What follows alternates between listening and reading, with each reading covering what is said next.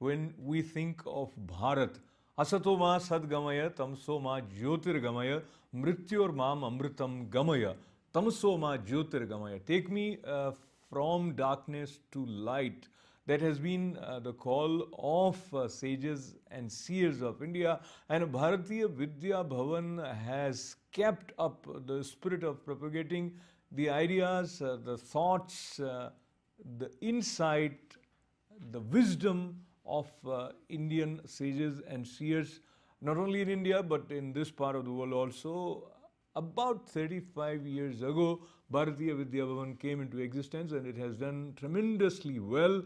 Officially, in terms of the Government of India, as a peripatetic Indian Foreign Service officer for over 38 years and subsequently with the United Nations, I have experienced the Bharatiya Vidya Bhavan since its founding when I was here in '81 as a relatively junior officer in the Permanent Mission of India.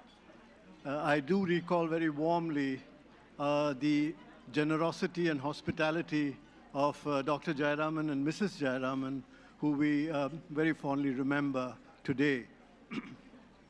Over the years, we have seen the Bhavan grow, and with it, with the expanding diaspora here, it has offered a unique service to the Indians inside this country and also to the inhabitants, the millions of inhabitants in this country, the experience of India. And I think to be present here at the 35th anniversary of the Bhavan is a unique privilege and opportunity. And I extend my greetings that it grows from strength to strength in the months and years ahead under the able leadership of the present director, Mr. Deepak Dave. I know that the community here is fully prepared and generous enough to be able to see it grow from strength to strength. Thank you. To mark 35th years of its presence here at New York, an important event was organized at the pier where amongst many important personalities was Sadhguru Jaggi Vasudevji, Deepak Chopra, Chandrika Tendon, and amongst the honorees, along with the founder P. Jayaramanji, music director A.R. Rahman was also conferred recognition. Mr. Harishchand Mistry and late Professor Robert Gohen's contribution to Bhavan was also recognized on this occasion. मैं तो अकेला ही चला था जानिबे मंजिल मगर मैं तो अकेला ही चला था जानिबे मंजिल मगर लोग साथ आते रहे काफिला बनता रहा. Kafila is right here, and Kafila was started by Dr. Jayaraman. I'm just going to read the plaque for our Bhishma Pitama for Bhavan. Bharatiya Vidya Bhavan, USA, Premier Institute of India Culture, is proud to present this Lifetime Achievement Award to Padma Shri awardee Dr. P. Jayaraman.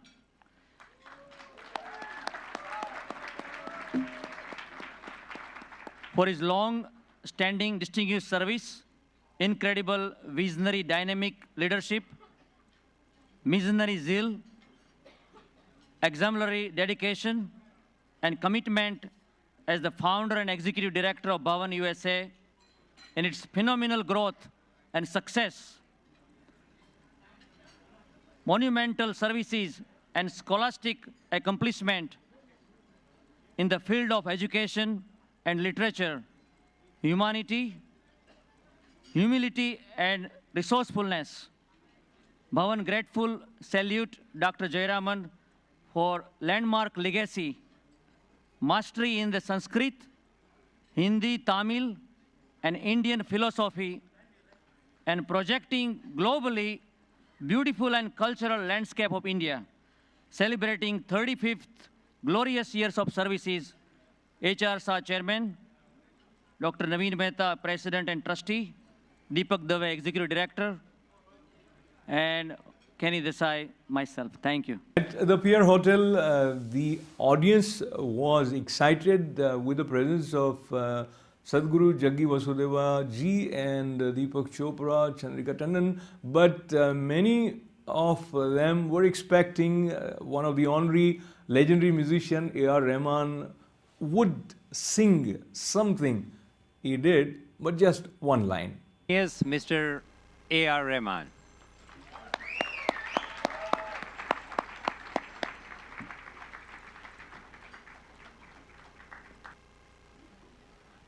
What a beautiful evening.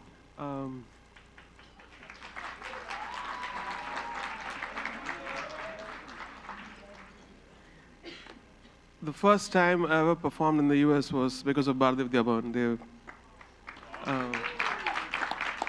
It was in 2000, and there's a long story actually. We got visas and all the musicians landed just 1 hour before the show.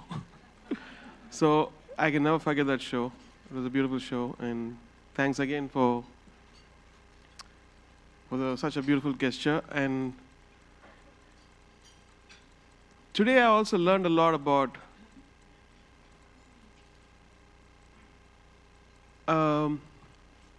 for a destination, there are many paths. And I was listening to something very, very beautiful from Dr. Chopra and Sadhguruji and Chandrika ji.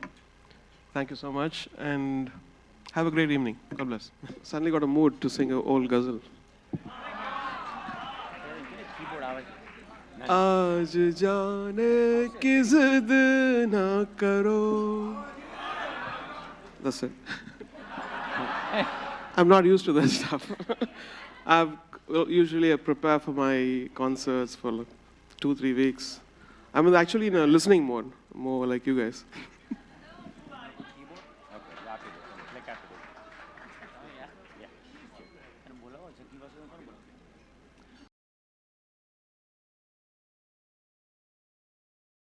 Last honoree of the day is Mr. Harishchandra Mistry.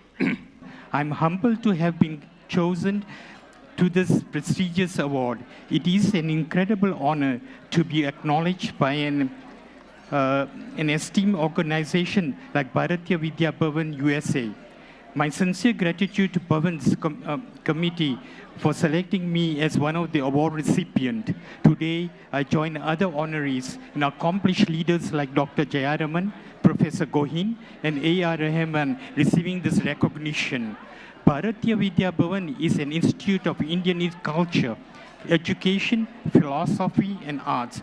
Congratulations, Bharatiya Vidya Bhavan, as tonight's events marks your 35th anniversary. I'm especially grateful to Dr. Naveen Mehta, Mr. H.R. Shah, Mr. Sudhir Vaishnav, Mr. Deepak Dave, Kenny Desai, committee members of Bharatiya Vidya Bhavan,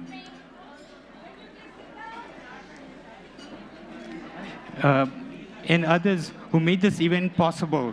My profound gratitude to my family and friends for their support and being here this evening. आप सबको दिवाली की हार्दिक शुभकामनाएं. Sadhguru Jaggi Vasudeva is like a star these days, and he attracts people by his personality, by sharing ideas in a way which makes sense to people, and many people have found that they are benefited by participating in inner engineering workshops conducted by Sadhguru Jaggi Vasudeva. In the film about his introduction, we saw him flying or riding on a mobike or doing all kinds of stuff which you would not associated with a spiritual leader. But he encourages people to go beyond boundaries, and he also talks about not identifying with any idea, any thought, any thing which has a specific particular presence. But when I, at the end of the event, got the opportunity of briefly asking him about all that we hear in the name of protecting cows in India, how it is going to shape up and what are his thoughts about protection of cows. This is what he had to say. It's not right to kill anything. So, the cows are part of the pastoral life that India has been. If you want to save the soil in the country, it's very important that we have enough animals on the farmland. Otherwise, one of the most serious challenges for India will be to produce food for 1.25 billion people. Without the animals on the farm, we will fail to do that in the next 15-20 years. So it's time we protect what is our survival. This is amazing because I saw Bharatiya Vidya Bhavan when we started exactly 35 years back in Bombay Palace. And I'm so honored that we had a hard time to sell the concept, and over the period seeing the growth, it makes me very proud that today we are in the Pier Hotel where people like Deepak Chopra, Sadhguruji, and people like A.R. Rahman, with Chandrika Tandon and Rajan Tandon, everybody came from all part of this to sport. I'm glad to see Indian American community is grown. And interestingly, where Deepak Chopra was full of jargon with a very logical explanation of different ideas, Sadhguru Jaggi Vasudevaji shared all that he had coming from his realization, and interaction between these two people trying to understand reality from the scientific mindset as well as from the spiritual mindset was very effectively and intelligently moderated by Chandrika Tandon. The inside, going from the outside to the inside, from the local to the non-local, and from the bound to the boundless, but multiple ways, but essentially you have to change your whole prism through which you view your own life, is a broad theme. The second broad theme, if you like, and it ties all back into modern wisdom, the second broad theme is that if you were able to do that, you would have unimmeasurable benefits for the body, and Dr. Chopra has been the expert in talking about the body, and Sadhguru as well, for the mind, because how you experience life is who you are, and then that creates a ripple effect because it makes you better people, and then you could create a better planet. None of these systems of thought can give us the experience of reality, because reality is beyond thought. Reality is inconceivable to the mind. These systems of thought, even scientific systems of thought, create models of reality. Not reality, but models of reality. And we have faith in them because once we understand the model, we can create technology. So we can create jet planes and bombs and mechanized death and internet and all the wonderful things. So we think science gives us access to reality. But even science is an activity in something that is not mind, that is not matter. For lack of a better word, it's a field of awareness, what the great sages call Brahman.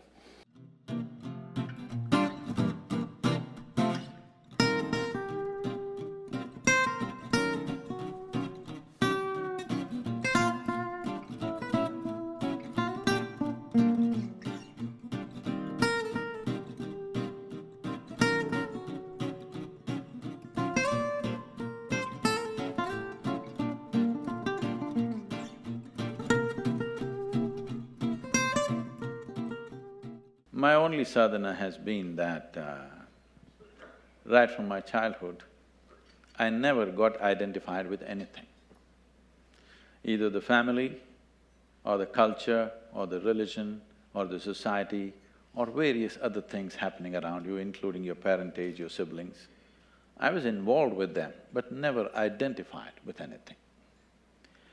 If human intelligence does not tie itself down with identity, every human being will realize the nature of life. Human intelligence is capable of figuring this.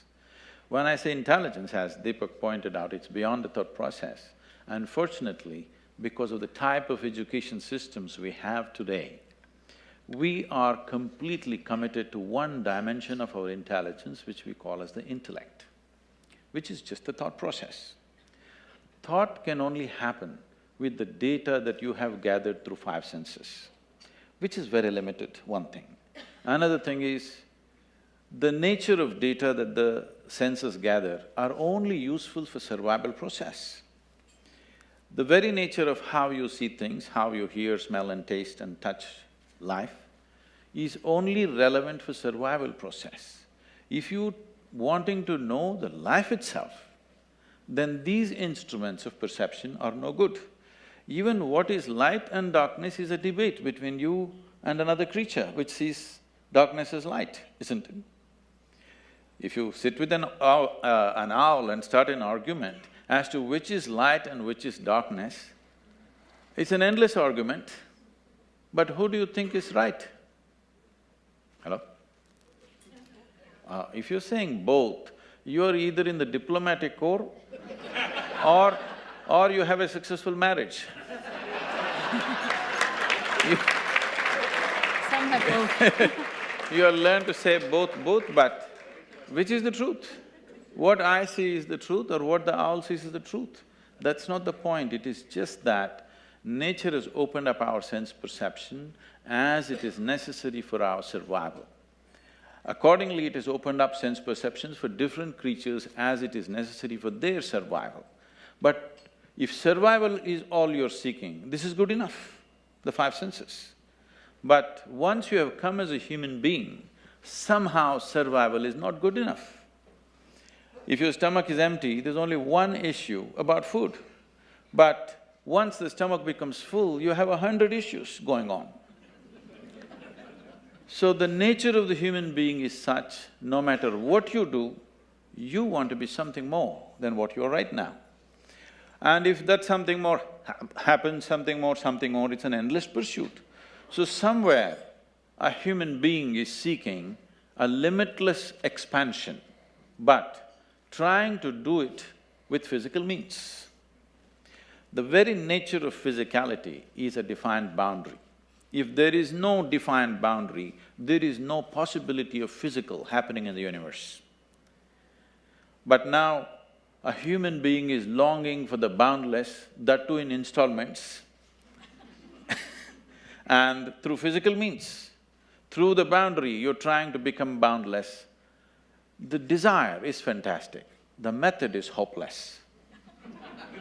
Because the moment you identify yourself with something, your intellect's work is just to protect that identity. If you… whatever the identities of nation or family or gender or race, religion, whatever, the moment you identify yourself with something, your intellect will only function around that to protect that. So, it is a certain type of prejudice the moment you're identified. So, the only thing I did with my life is, I never identified myself with anything, and life just exploded within me in ways that thought seems so puny that I do not indulge in thought most of the time.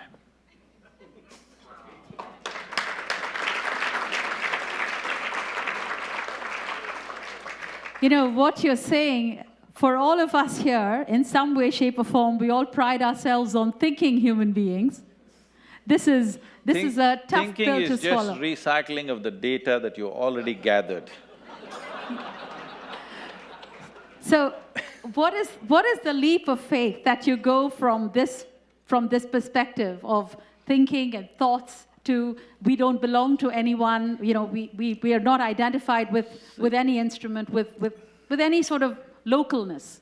And I know both of you have spoken about that. The thing is, this is not something that people will not get. They will get this. This is not some great teaching I'm telling you.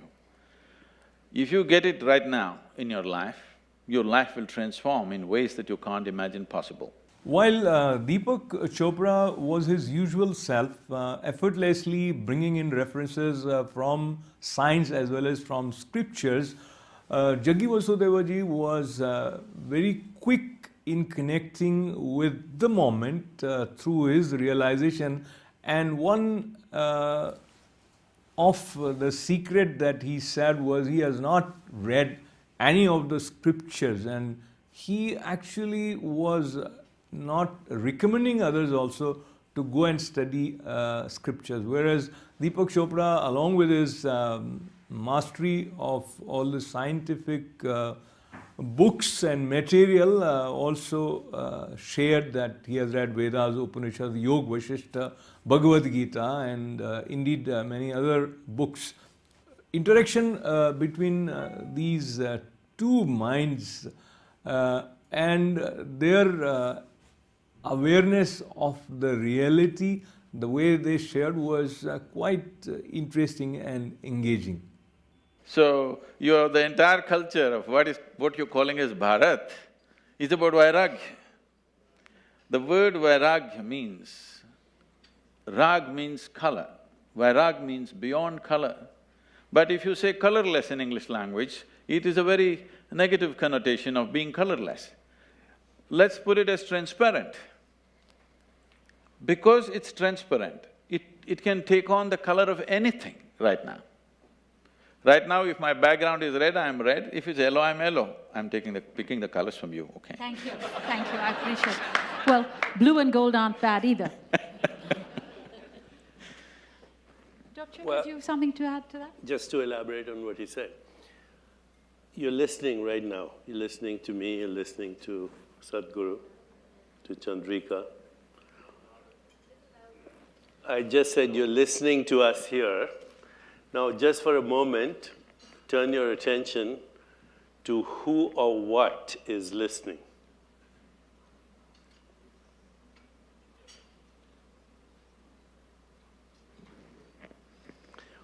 What he experiences being, right? Another word for awareness or existence.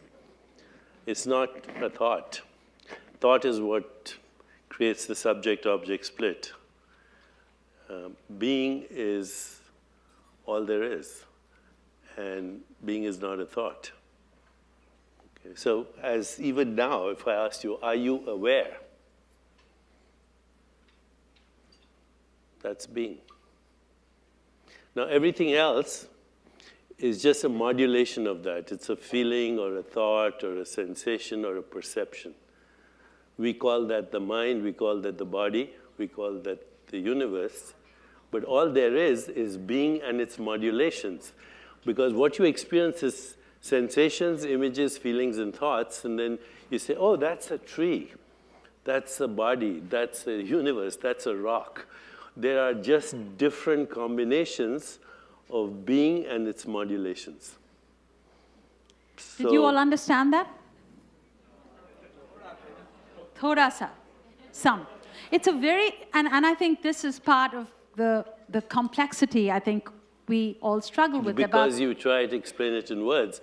But again, as you're listening, turn to who is listening. And I think, Dr. Chopra, the interesting question is, and Sadhguru, this is for you as well. Essentially, what we are doing in this whole process of asking all of us to change the prism is you're essentially asking us to experience it in some way. Yeah, he said the mistake of the intellect. It's the mistake of the intellect, yes, that there is separation between observer and observed. Because the observer and observed as mind and body are a single holistic activity of the total universe.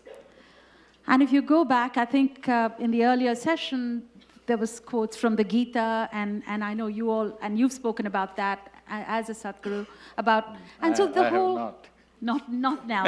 But Not basically, but the… oh, I'm sorry, then it was… Dr. Chopra, you had spoken about the different forms of the different forms of yoga that have been, the Raja Yoga, the Bhakti Yoga, the path of devotion, and we know that it's been spoken about in the Gita. So what's so difficult? What is the barrier that people haven't seen it yet? It seems, in a way, it's an experience. It seems, it seems obvious at one level, and it's yet very difficult to grasp on the other. Could you just talk to us about what the barriers are? For some of us who were brought up, educated in a scientific worldview or in a worldview that emphasizes recycled information, as he said, or all of that, it's very difficult to intellectually get to being because we identify, as he said, with our perceptual experience, with our intellect, with our mind, with our ego identity. So it always seems a struggle till one day you stop struggling and identified with anything. once you identify with a thought or with a perception or with what you think is annoying or a sensation or an emotion, then you're in time. Thought is in time, but being is not in time. Wide range of issues that confront us. There are wide range of concerns that we have. In wide angle with Ashok Vyas today, we got to see how different minds can help us in a way which is unique, and we need to find our own way of assimilating, processing the information and inspirations that come our way from different minds, and what we make out of it, how we make use of them in understanding, defining, and realizing that which we refer to as success. Wishing a lot of joy and success for all of you. This is Ashok Vyas, thanking you for being with us.